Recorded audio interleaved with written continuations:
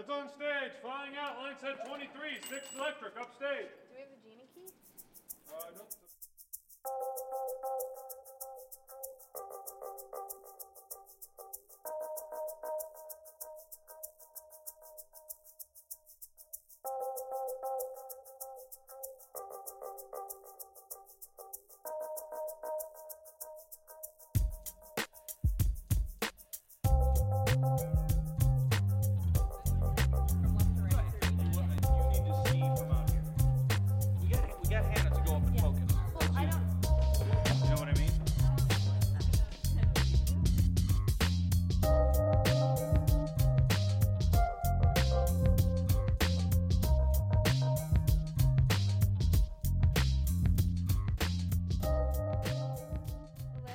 My first show that I designed in years was Oil in the Jungle, and it was the first show that I had done here, and it was also the first show that we had done in the EOS after we bought it, and it was also the first time that I had used anything more complicated than a Forerunner. So we had the right arms, the VLs, CXIs, Forerunners,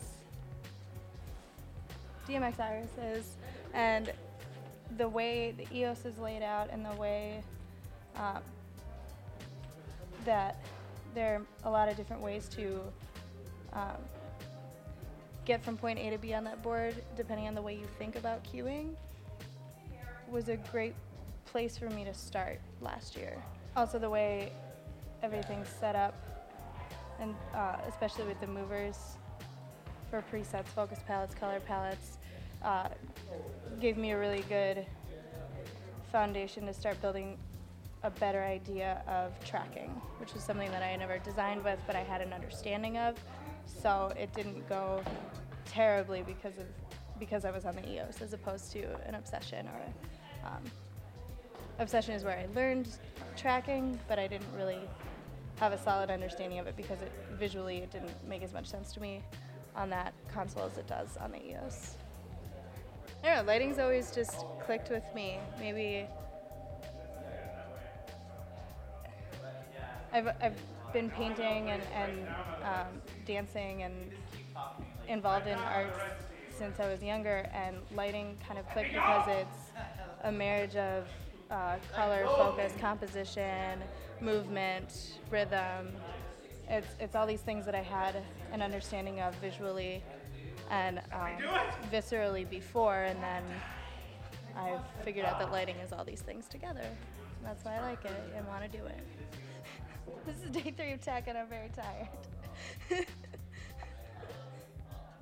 Well, ETC in an educational setting is almost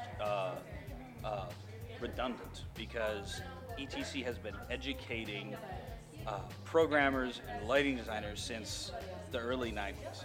And as far as I can remember, when they first started coming out with desks to compete against Strand, who I had been leaned on, they did what everyone else thought was kind of the unthinkable. They were able to breed users in a way that not only benefited them as a company, but benefited the industry as a whole, because they actually improved the quality of the entire process for designers, for programmers, for electricians, the efficiency and the cost effectiveness.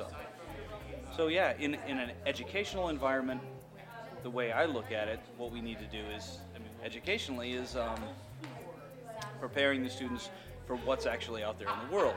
And that's exposure to not only ETC stuff, but that's the one thing they're definitely going to run into wherever they go.